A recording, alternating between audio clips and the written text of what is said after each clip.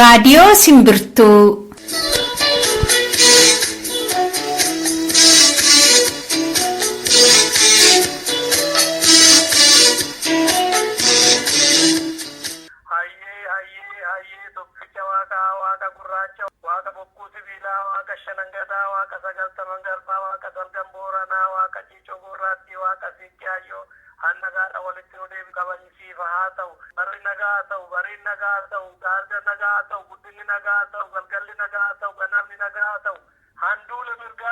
Bitootessa 3 bara 2016 guyyaa kamisaa torbeetti guyyaa kana kan dhiyaatu qophii simbirtuuti kan amma sin dhageessisuuf jennu. Akkam jirtu dhaggeeffattoota keenya torbee darbe nagaa walitti dhaabne har'a deebinee akka wal agarru akkuma baallama walii galletti kunoo sagantaa keenya har'aa qabannee jirra hanga xumuraatti nu waliin turaan affeerraa keenyadha. Mee akka hordoffiif sinii ta'utti har'a kan qabnu gurra isin buusa. Akkuma innaa kaanii jalqaba oduu biyya keessaa gurra isin buusna. Itti aanee sirba tokko erga isin dhageessisee booda qophii imalaatu dhiyaata. Har'a qophii isin waan hin qabaanneef of koltii isin gaafannee jirra. Qophiin imalaa keenya har'aa kan inni xiyyeeffatu tarkaanfii waraanni Itoophiyaa Oromiyaa bahaa irratti yeroo ammaa fudhataa jiru. Waraanni bilisummaa Oromoos mootummaa Itoophiyaa irratti kan inni fudhataa jiru. Akkasumas immoo Oromoon bahaa Oromiyaa keessatti fincila diddaa gabrummaa irratti waan isaan godhan irratti keessummaa tokko qabna. Ajajaa waraana bilisummaa Oromoo godina bahaa. Kanaaf hanga xumuraatti nu waliin turaan affeerraa keenyadha. Amma gara oduutti.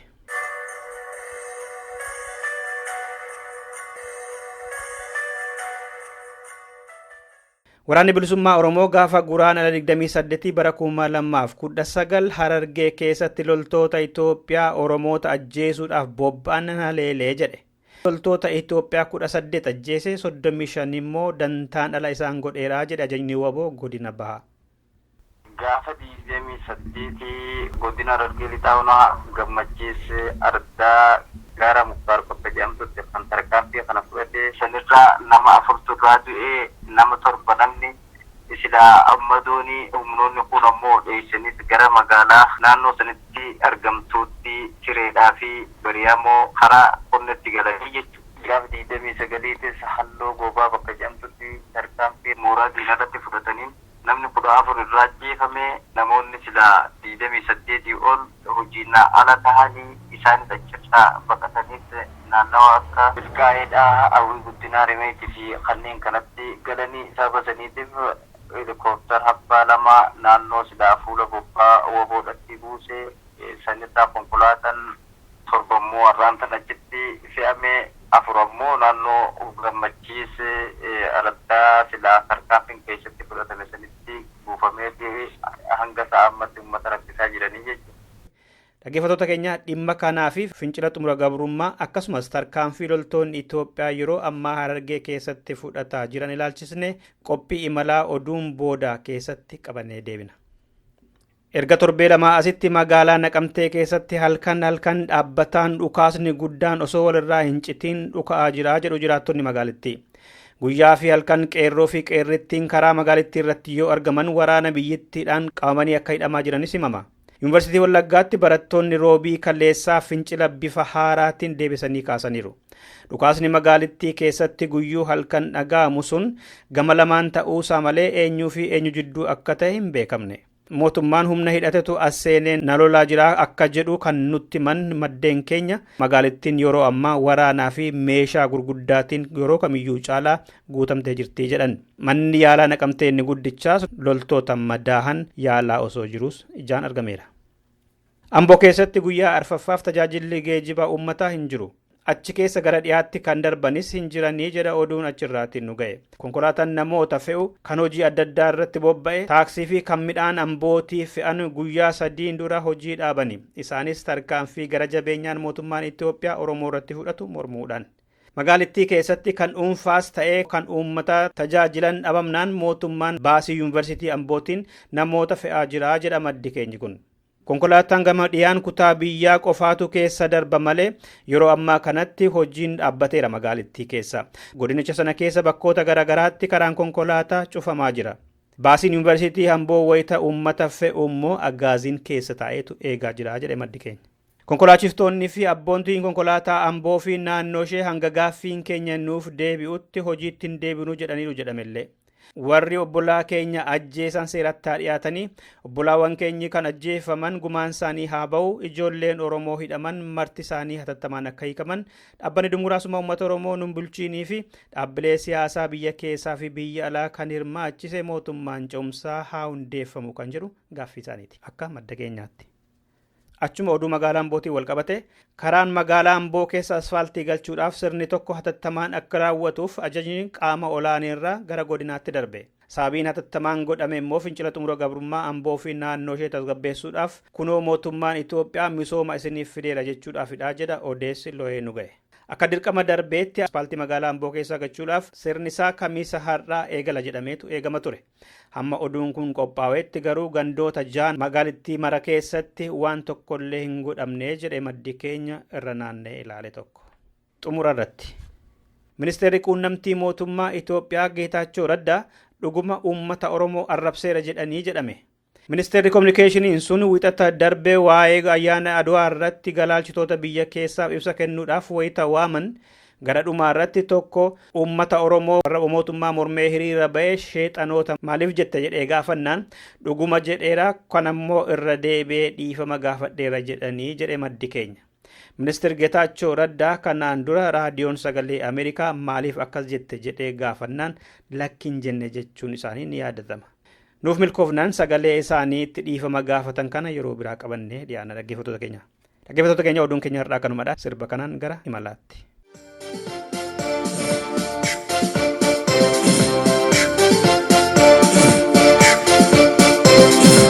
Odeda imalawe lawe Odeda imalawe lawe Umedu berusa lawe Kana gea dursa lawe Arbuton jajallo lawe Etina gea dagge lawe Manguton fafayo lawe Amala durra beka lawe Suki kararan jari lawe Akadaki tudiko lawe Galadaki tudiko lawe Yenna sambuti diko lawe Entiki oyale sa lawe Ubasa durra amma lawe Wada wahu janjatu lawe Warun sadakan jatu lawe Uji hoja danjatu lawe Kenisi wala kesa lawe Kalgala walta marra lawe Jase buradana ra lawe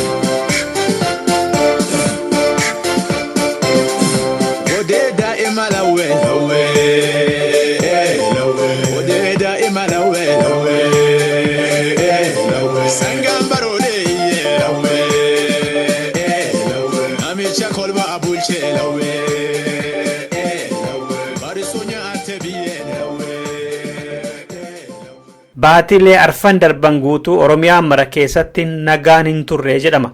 Barnoonni fi hojii mootummaa dhaabbate caffeen dhaabbata dimokiraasummaa uummata Oromoos mootummaa federaalaatiin irraa aangoon fuudhameera. Guraandhala 18 irraa kaasee hanga har'aatti baha Oromiyaarraan addatti roga lamaaniin tarkaanfiin fudhatamaa jira. Gama tokkoon gabrummaan qawweetiin waggaa 140 duraan narra ture nagaa jechuudhaan uummanni Oromoo halkanii guyyaa bahee mootummaa Itoophiyaa fuuldura dhaabbatee mirga isaa gaafataa jira. Tarkaanfii irratti fudhata. Loltuun mootummaa Itoophiyaas kan argan ajjeesanii shamarranis gudeedanii looniif re'oota isaanii qalatanii hidhaa fi madeessu xiyyaararraan otoo hin hafiin tarkaanfii irratti fudhachuu hin dhaamne.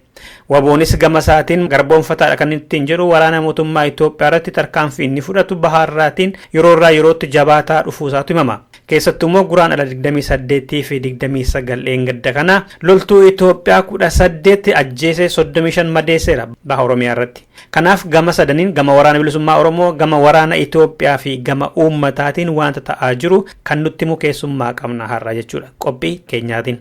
Maali hanga xumuraatti waliin turaan afeerraa keenyadha dhaggeeffattoota keenya keessummaan keenya amma bilbila irra jiru. Ajajaa waraana bilisummaa Oromoo godina Bahaati. Keessummaa keenya guddaa galatoomii yeroo keefi mee baha Oromiyaa irratti maaltu ta'aa jira? Mootummaan kun akkuma kaleessa caalaa raantana waan hiriira nagaa uummanni Oromoo mirga isaanii gaafateef jecha tarkaanfileen kaleessa irratti fudhachaa tures akkasumatti irratti fudhachaa jira. Keessattuu godina bahaa kana keessatti gaafa 18 irraa kaasee hanga silaa arbaa sanaa kanatti tarkaanfilee hedduu hawaasa irratti fudhataa jira.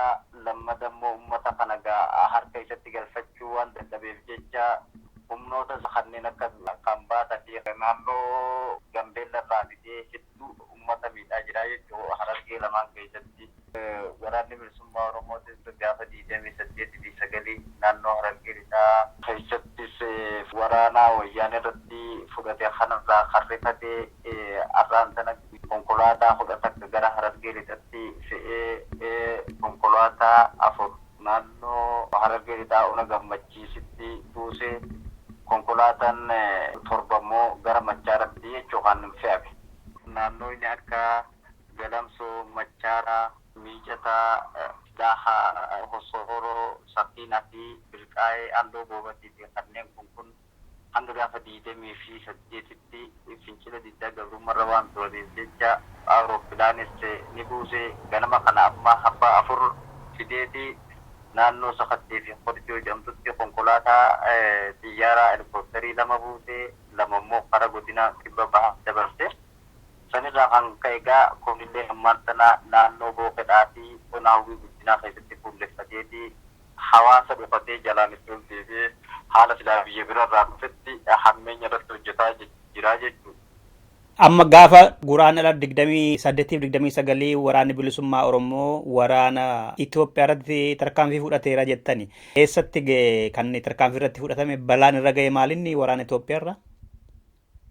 Gaafa 28 godina Harargee lixaa gammachiis ardaa gaara Muktaar Bakka jedhamtutti kan tarkaanfii kana fudhate humnoota wayyaanee kan silaa uummata irratti hammeenya hojjechaa jiru. Sababni tarkaanfii warri diinaa kun uummata Oromoo irratti fudhateefis gaafa 25 naannoon sun hiriira nagaa baatee magaalaa Walargii Jawwisii fi kunne hiriira nagaa waamanii fi haala sana jechaa isaa jiru. Tarkaanfiin kun irra fudhatamee jechuun waraana diina irratti sanirraa nama 4 irraa du'ee nama 7 namni silaa ammadooni humnoonni kun ammoo dheessanii gara magaalaa naannoo sanitti argamtuutti Cireedhaa fi Bariyamoo karaa qonnetti galanii jechuudha. Gaafa 29tis halloo goobaa bakka jedhamtutti tarkaanfii mooraa diinaa irratti fudhataniin namni 14 irraa ajjeefame. Namoonni silaa 28 ol hojiin ala tahanii isaan dachachaa baqataniis naannawa akka Bilqaa'eedhaa, Hawwii Guddinaa, Rimeetii fi kanneen kanatti galanii sababataniitiif helikoophitara abbaa 2 naannoo silaa fuula bobbaa Woboodhatti buusee sanirraa konkolaataan 7 immoo warraan achitti fe'amee 4 immoo naannoo gammachiis araddaa silaa tarkaanfiin keessatti fudhatame sanitti buufamee hanga sa'a ammatti uummata rakkisaa jiranii jechuudha. Amma uummata gumaa bahaa jiraachuudha waraanni Itoophiyaa isin keessa qubateera waboon jedhee akkasin hubattanitti. Kana nuuf ifaadha innillee ammaan sana gaa baaragee dammaqinsa uummataatii fi qabsoo uummanni afaan deebee qabaanii jiru kanaa fi haasaalee isaa kanarraan tana gara hawaasaatti makamanii karaa nagaatiin hawaasa wajji gabbaa biyyummaa gaafachaa jiran kanatti rifatee waan qabee gadhiisu wallaalee jecha haala kana ni ja'a jechuu waraana bilisummaa Oromootu waan kana hojjetaa abaa'oodhaatu arraan tana hawaasa akkana godhaa kanaaf tarkaanfii fayyada deebiin qabne nuti hawaasa irratti fudhanna jechuudha gaafaalee isaa ajjeesaa ture arratti sanuma saganteeffatee jechuudha nuti garuu waraanni bilisummaa Oromoo tarkaanfii silaa fudhannu hawaasichaa wajjiin osoo hin tahin hiriira nagaa hawaasichaan baanee osoo hin tahin tarkaanfileen mooraa diinaa qofa irratti waraana wayyaanidhaa yookaan agaaziidhaa fi humnoota federaalaa hawaasa irratti inni bobbaasee fi tarkaanfii adda addaa hawaasa irratti fudhachiisaa jiru irratti kan tarkaanfii fudhannu.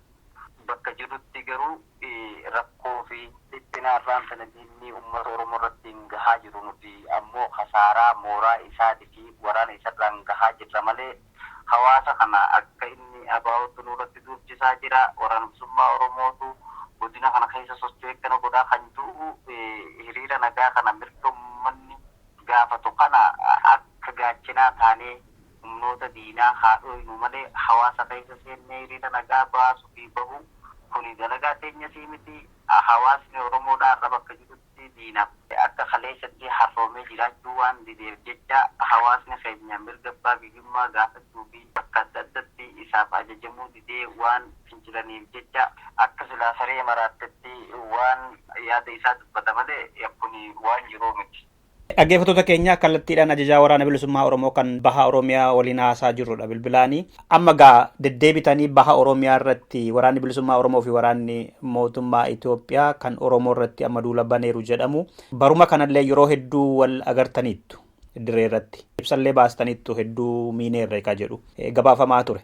Akka hubattanitti Oromoonni waraana sana keessa jiru garaadhumaan isin lolaa jira yookiin waboo garmalee lolamoo saboota biraarraatti kan amma garmalee Harargee bahaaf dhiyaa keessa qubatee isin lolaa jiru.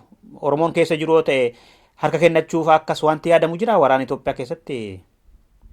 Kannatiyaatis ture arras hawween sila waraanni mootummaa Itoophiyaadhaa keessattuu ijoolleen Oromoodhaa tan diina keessa jirtu ilaalcha kaleessattiin ala ilaalcha gaarii qabaachaa jirti.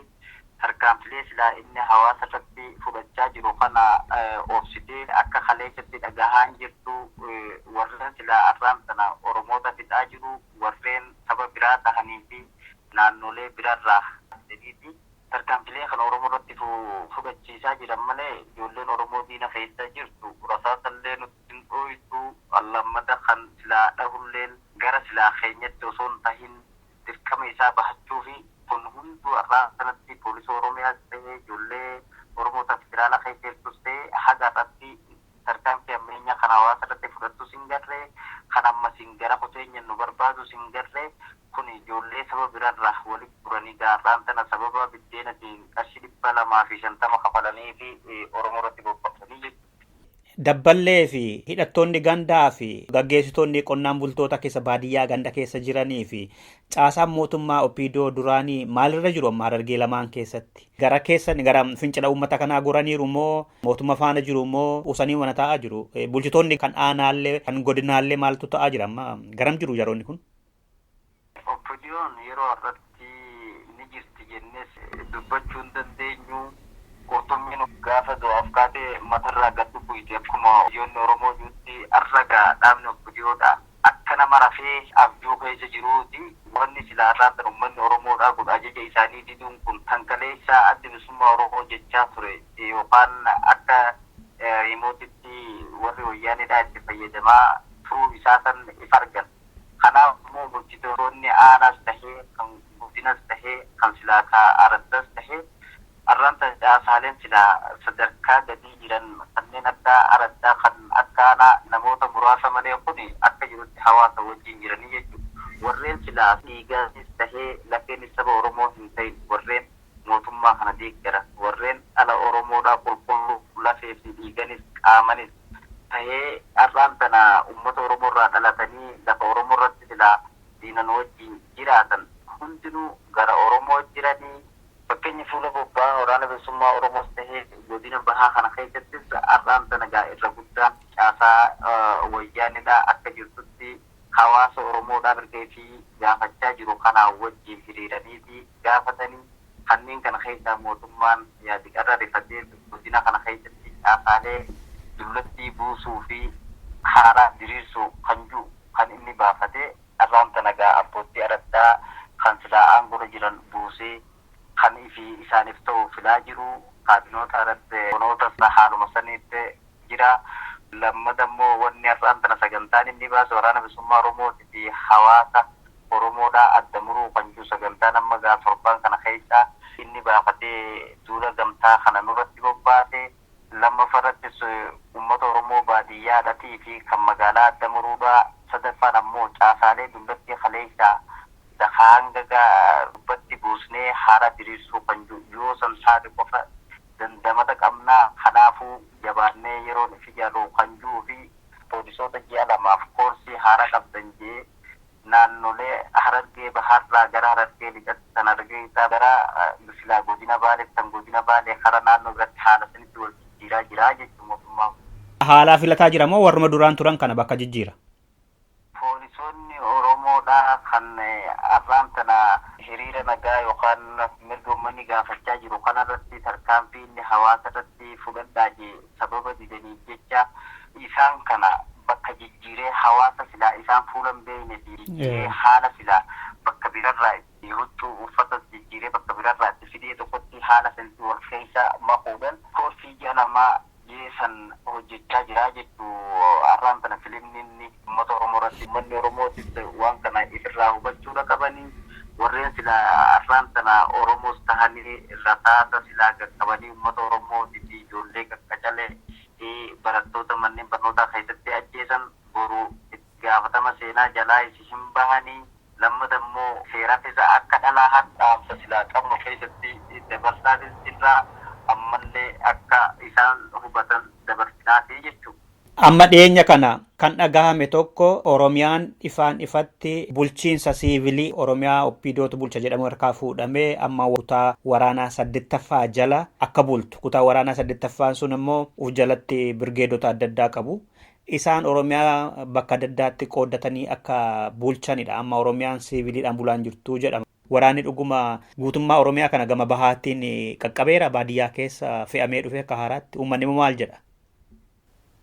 Kuni mootummaan tokko yeroo dhufuudhaaf ka'e isaa yeroo dadhabe siyaasan isaa yeroo duraa badde waan hin taane hojjechuun wanta silaa hin fakkaanne fakkeessuudhaaf yaaluun kuni aaduma mootummoota habashootaa kaleessa dabranii fi har'aan sanatti jiranitti waan garruurraa waan hubannu tokko. Keessaa ammoo kuni dhugaadha. Fakkeenyaaf ammaan tana gaafa 24 fi 25 konkolaataa 18 kan godina baatti bobbaafamee jirtu karaa kibba bahaati yookaan godina Baalee keessan dhufe karaa ona beeltotiin kunis ammoo ona cirrattiitiin gara Ogaadinitti fiiqin as seenanii Oromiyaa kanneen gara mul'ataaf naannoo Qumbiitiin naannoo Mayyuu Mulluqqeetiin jala kanaan seenanii jechuudha. Karaa kaaniin ammoo ona beeltotiin asiin gara Boofatiin gamana seenan kunis gara hawwii guddinaa seenee arragaa kan helikoophiteroonni bakkoota silaa qoosuma isaanitti reeshina geessuuf achirraa madoo silaa irraa madoo ija fuudhee fi kanneen irraa du'es warreen silaa Tigireetan gara biyya isaanitti helikoophiteraan fe'aman Oromoota yookaan ammoo saboota biraa kan ta'an achumatti bineensa nyaachifaman yookaan ammoo haadhanii boolla kaanii jechuudha. Haallan kana rakkoon jechuun uummata Oromoo waraanan bulchuun abdii kutannaa mootummaa kanaa agarsiisa. Uummanni Oromoo immoo kana booda mootummaa kana ayyamuu bira dabree immoo argaa waraanattis hin danda'u bakka hundatti wanni waraanan ajjeefamaa jiru shamarran gudeedamaa jiranii jibbansa mootummaa kanarraa qaban agarsiisu irratti jechuudha. Kanaaf afaan qawweetiin Oromiyaa bulchuu arsaa mootummaan kun kan eegale osoo hin ta'in bara 91 jalqabee haga arsitti waggoota 25 guutuu bulchaa ture. Kana booda immoo hawaasni keenya ayyamuufis akkuma kaleessatti dura dhaabbate dhaabbachattidha. Dura dhaabbataas ture, dhumaatis ture, dhumaatis jira. Kanaaf kun abjuu har'aan kana waan qabatee gadhiisu wallaaluudhaan mootummaan kun kan hojjechaa jiru jechuudha. Akkuma jettani gaafa guraandhala 18 irraa kaasee hanga har'aa waliin haasofnu kanaatti bal'inaan uummanni ka'ee akka mootummaa irratti mormii dhageessaa jirudha. Bakkoota hedduutti caasaa mootummaa diigamee alaabaan adda bilisummaa Oromoo uummanni ofii isaatiin ka'ee dhaabbatee mootummaa waraana isaa of biraa yaasee bulchiinsa mataasaa diriirseeraa jedhama. Maalirra jirama bakkoonni amma akka jedhamu kun kan akka Baddannoo faa, kan akka Dadarfaa, kan akka Michataa faa warri akkas jedhaman kun ammallee uummatuma jala jiru moo waraanni deebisee qabateera moo maalirra jira naannoon sun har'a? Kun egaa ammaan kana haaluma santu ture manguddoota biyyaa filataniiti sadarkaa silaa godina kanatti ona Baddannoo addis tahee Furdaa, Ulaagaa, Gabiibaa, Guraawaa, Laaftoo, Dadar isaannan kanneen hundi hanga silaa gaafa 27tti hawaasa jala ture jechuu gaafa 22 irraa eegale harka hawaasatu bulchaa kanarraa baaraguudhaaf arraan kana gaafumnoota naannoo birarraa fidee warreen silaa rifannoota namaa hin qabne kanneen gocha gara jabina ummata keenya irratti hojjechaa jiru kana waan fideef jecha 28 irraa hanga silaa aduu irraa gaafanatti humna mootummaa jalaa jirti jechuudha. Kanarraa kan ka'e ganama irraa tana hiriira nagaa disbaanii addaan bittinneessanii warreen silaa kana keessatti namni 70 ni hidhame naannoo Baddannoo irraa isii gara silaa godina Harargee lixaattis tahee Machaaraa, Miicataa, Gurraayisaa, Haroo Adii fi Gaadulloo, Safiinaa, Sororoo, Bilxaa'ee, Halloo Goobatii fi hanga silaa Dawaabetti hunduu hanga irratti mootummaa jalaa baheetii ofiin bulchaa jira. Arraan tan ammoo konkolaataan torba naannoo sanitti bobbahee kanarraa kanaatti kun xiyyaaran helikopterii 2 naannoo sakatteetii fi qorjoo bakka jettutti buuse kun hunduu arraan tan egaa humna waraanaatiin qaqqabee yookaan ammoo waan itti rifatee jecha gocha hammeenyaa kan irratti hojjechuudhaan arraan tana naannoo sanitti waan bobba'ee jiruuf magaalaa akka Machaaraa fi Miicataa kanneen kun waraana jala jiranii jechuu yeroo ammaan tana. Kaka'umsi uummataa maal fakkaata? Rifatan immoo inumaayyuu daran ka'anii karaa cufuu kana mootummaatti fincila kaasuu kana itti fufanii jiranii?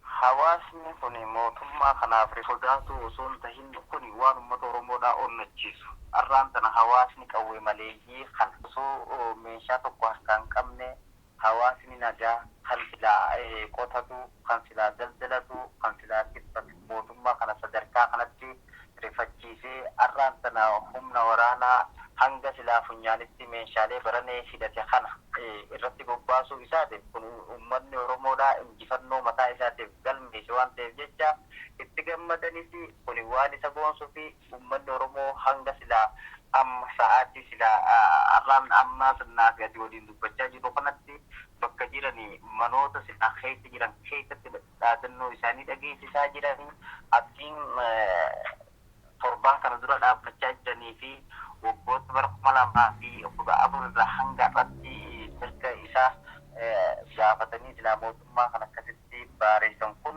kan itti fufu hanga guyyaa bilisummatti jedhanii kan wal jajjabeessanii fi kanarraan tanagaa ijoolleen irraa dhumtee fi rasaasa diinatiin garaa dachii galte hundinuu abdii guddaa gumaa ijoollee isaanii akka bahu waan qabaniif jechuudha. Kun uummata Oromootiif gammachuus akka injifannootti ilaalaa jiran jechuudha.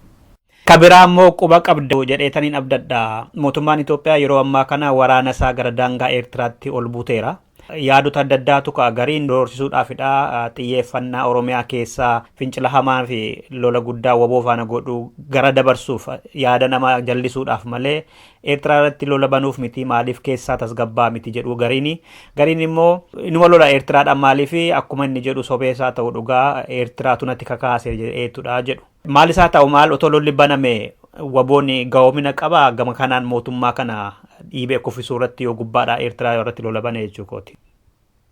Kun ifaadhaa bara silaa wallabbii Eertiraatii fi Itoophiyaadhaa keessattuu bara 98-9 daangaratti gollolan irraa jalqabee hanga irratti mootummaan kun mootummaa Shaabiyaatiin mootummaa lolaa jiru jechuudha. Lolli isaa lola afaaniin lolee if dadhabsiise yookaan sammuu isaa if jeeqee sammuudhaan lolee if dadhabsiise kan waraanni isaatis sammuudhaanis kofe kan hamileedhaanis bu'e waan ta'eef jecha kun sodaadhaa fi kana hojjetu malee arraan tana tarkaanfii mootummaa Eertira irratti fudhaa taatu humnoota sila ABO yookaan waraana bilisummaa Oromoodhaa asitti qindeessee irratti bobbaasaa jechuun isaaf aadaadha ta'e. Abjuun bara beelaa biddeena jettee akkuma jaanitti yeroo hunda arrabni isaa ABO yookaan waraana bilisummaa Oromoo dubbachuu waan bareedu waan irraa hanaaf yookaan naheef jecha kana hojjetu. Humna waraanasis narraa dadhabsiisaa aangoo tana na harka uummata Oromoodhaa foosisaa kan jiruu fi baaraga kan irra jira malee arraan tan ni lola yookaan na addii lolaa qaba jaamee kan fudhatamu miti. Gara sila humna waraana bilisummaa Oromootiin yoo kan deebinu taate waraanni bilisummaa Oromoo waraana yeroo gabaabduu falmaanii ture osoo hin taane bara 1973 jalqaba qabsoo irraa eegalee haga irratti dura dhaabbachaa jira. Mootummoota habashoota kaleessa dabranii fi irra jiran wayyaa haati sanaan wal qabate. Sanirraa kan ka'e waraanni bilisummaa Oromoo waraana dirree falmaa yookaan ammoo bosona jiru qofa osoo hin taanetti kanarraan mootummaa kanaan lolaa jiru dargaggoota Oromoo bahaadhii akkaabaaf jiranidha. Hawaasa Oromoodhaa silaa kallattiilee Oromiyaas ta'ee lafa Oromoo lafa isaanirra qubatanii jirantu lolaanii jira jechuudha. Har'a waraanni bilisummaa Oromoodhaa dargaggoota Oromoodhaa Oromiyaa bahaadhiyaa kaabaaf jiranii malee waraana bilisummaa Oromoodhaa hangaara jiru yookaan waboo bosonaa diinan falmaa jirtu qofa waan hin ta'iniif jecha kuni mootummaa kana har'aan sana akkuma kaletti nuti qotti lolaa hin jirruuni dargaggoota Oromoodhaa kutaa 11 keessa jirantu lolaanii jira. Uummata Oromoodhaa kutaa 11 biyya isaaniirra qubatantu lolaanii jira. Kanneen kana kanaafuu har'aan tana mootummaan kun mootummaa kaleessa waggaa lakkaawwachaatu har'aan tana ammoo guyyaadha lakkaawwachaa jira. Sa'aatii amma waliin dubbannu kana sa'aadha lakkaawwachaa jira waan ta'eef kun abdii qabnuus akka qophifnee mirga abbaa biyyummaa Oromoof deebifnu alaabaa teenya Oromiyaa irratti akka mirmirsinu abdii keenya kun waan ittiinis boqonnu waan ittiinis garsiisaa jirru waan mootummaa kan ammasiin yeroo ammaa tanallee dura dhaabbannee humnoota silaa inni abdatu hunda irraa fashassaa jirru irraa isa ajjeesaa jirru kun waan abdii uummata Oromootis godhu kun shakki qabnu jechuudha.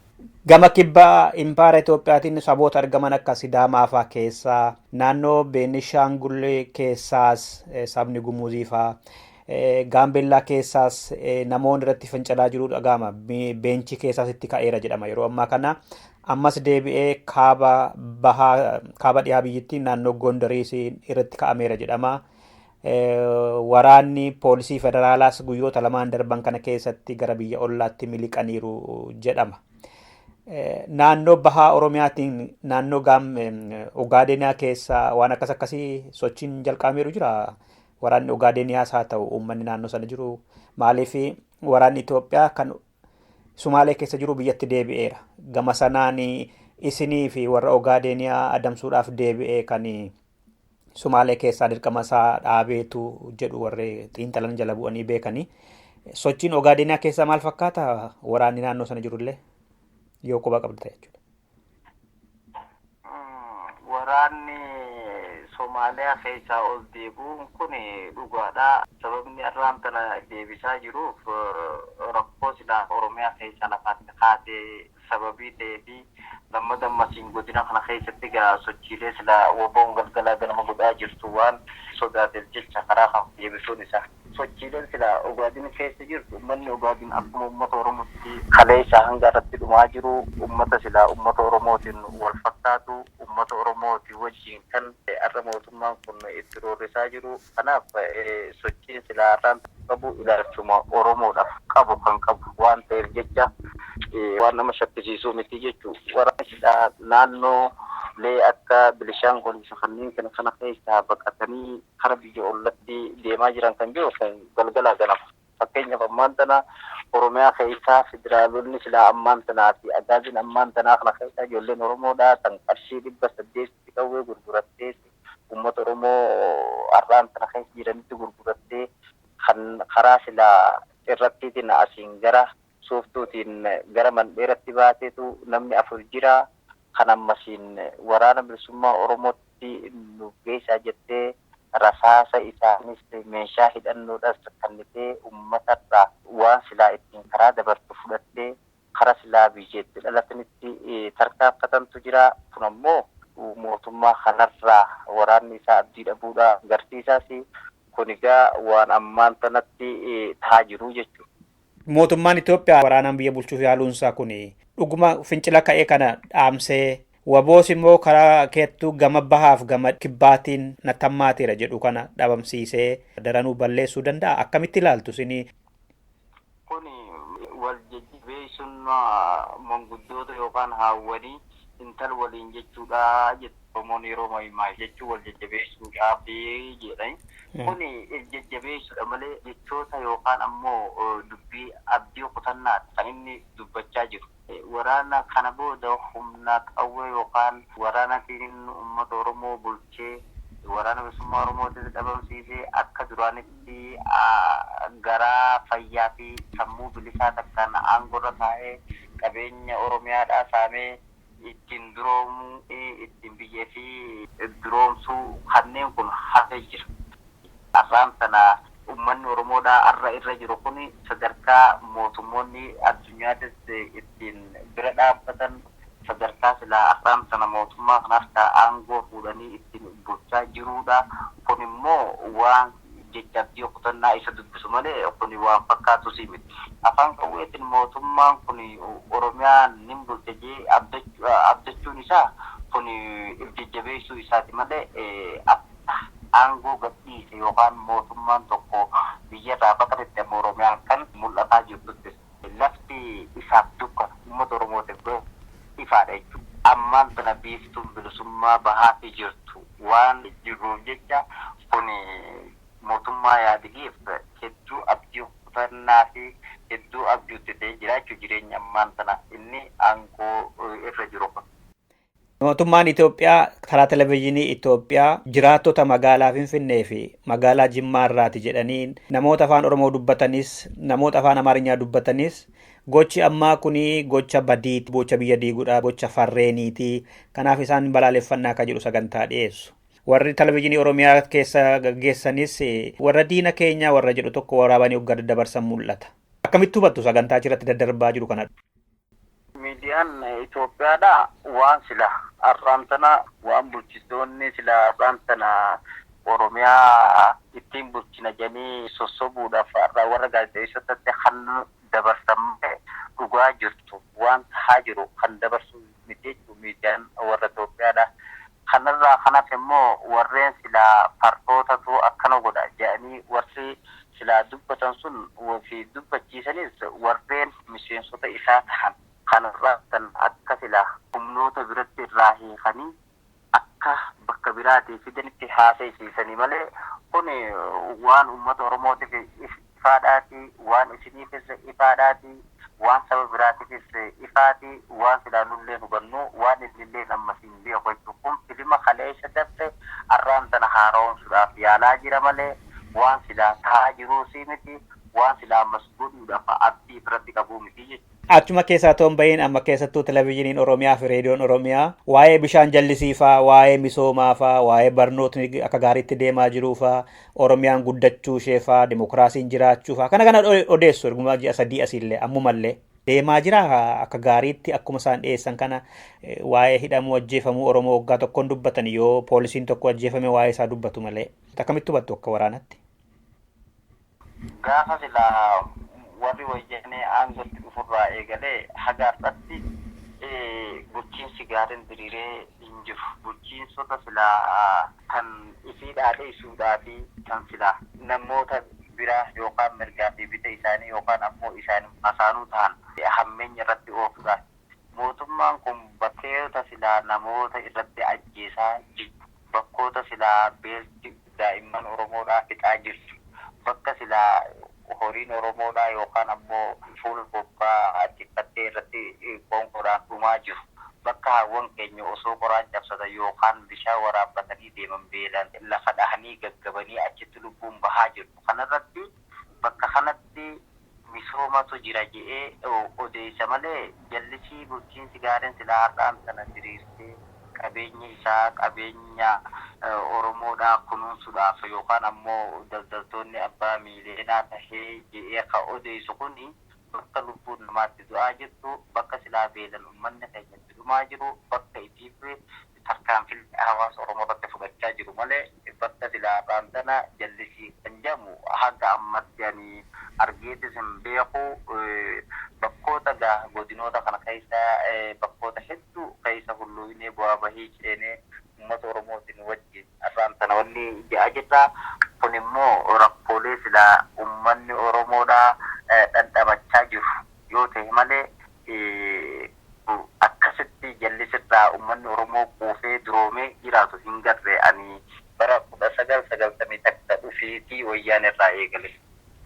Tole, dhaggeeffattoota keenya ajajaa waraana bilisummaa Oromoo godina Bahaa Afaan Amariirra jirra. Dhumarratti wanta dhaamtu yoo qabaatte carraa sii kenna.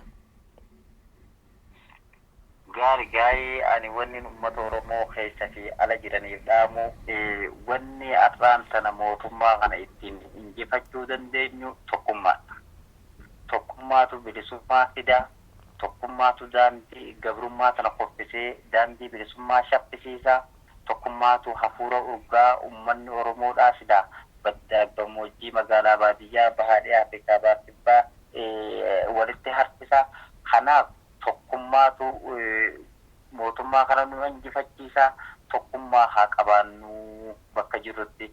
Karaa biraatiin dargaggoota fi qeerroon Oromoodhaa bakka jiranitti har'aan kana diina kana diina guyyaa lakkaawwachaa jiru kana umrii isaa daran gabaabsinee mirga abbaa biyyummaa uummata keenya Oromoodhaa kaleessa nuti humna dhabneeti isinitti ba'aa buufannee isin ammoo nu bilisoomsitammoo gabrummaa jalatti akkuma isaanitti nu hordoftan jedhanii nu gaafatanii mirga isaanii kabajuuf gaara seenisanii hanga silaa mirga isaanii dhugoomsinutti falmiin har'aa kunitti fufuudha qabaa daran cimuudha qabaa kuni kaayyoo keenyaa fi irbuu waliin seenne kanaafuu jajjabaachuu qabnaa kan hin jiru karaa silaagaa uummata Oromoo akkuma kal'isa ilmaan isaanii bira dabarsee dirree falmarratti hiraata waboo halkan tokko jedhee nu jiraachisaa jirutti adas nu bira dhaabbataa jiranii fuulduratti akka dirree falmarratti nu jabeessanii nu bira dhaabbattan dhaamsa dabarfannaa jechuun nuti waraanni bilisummaa Oromoodhaa bakka jirru. Ajajaa waraana bilisummaa Oromoo dirree Oromiyaa godina Bahaarraati fayyaa ta'ee galatoomii fayyaa ta'e bakka jirtutti. Ulfaadhaa galatoomaa galanna keessanis bilisummaadhaa gadaan gadaa bilisummaati naaf jajjabaadhaa.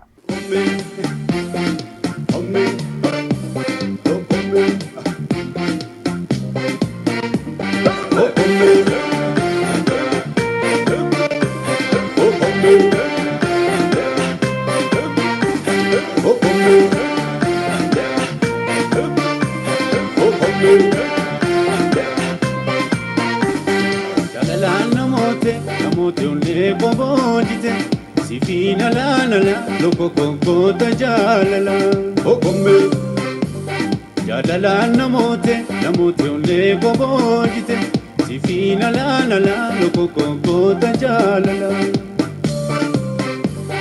asilaalee gamasi akkootumaarrasi bubeekee bubise sifannoo faabarise asilaalee gamasi akkootumaarrasi bubeekee bubise sifannoo faabarise eegagama tamoonan dhuunfaanoo siif naagamaa eegagama mormii sattawaa lokonkoo adduma eegagama himbiidhan beesi fannoo faamuki eegagama saballos hundeen dolaayin eegi atilaalee gamasi kubasargee kubasi sigeessuuf injirree duris ta'ee marasi atilaalee gamasi kubasargee kubasi sigeessuuf injirree duris ta'ee marasi eegagama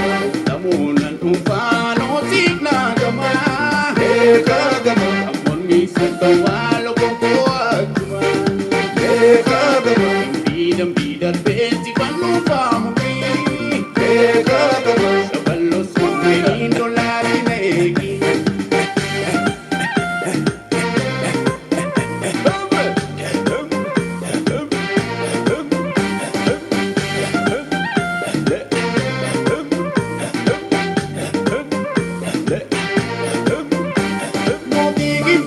Marra, olma kabda manarra, nancho takluga sisa, kankera pita sisa, biya juke dolago, besa jirta hadugo.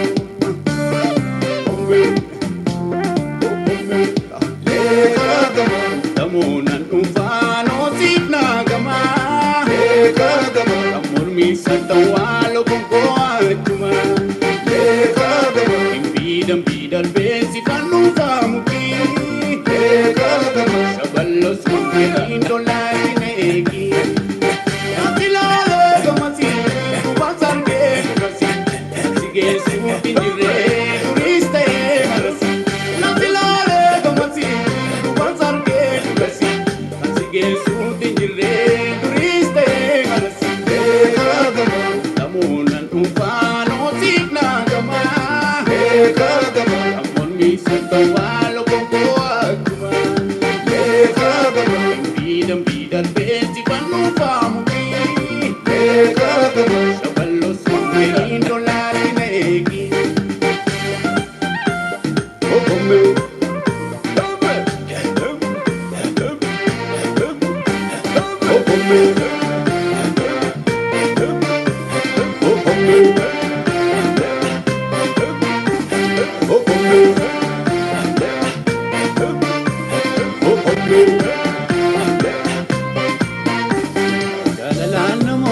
Namote unle bobojite, sifina la la la, loko koko ta jalala. Okombe. Jalala namote unle bobojite, sifina la la la, loko koko ta jalala. Asilale gamasi, adgo tumarasi, kubeke bubise, sifanu fabarise. Asilale gamasi, adgo tumarasi, kubeke bubise, sifanu fabarise. Tamunan ufano sipna gama, amor mi satawa.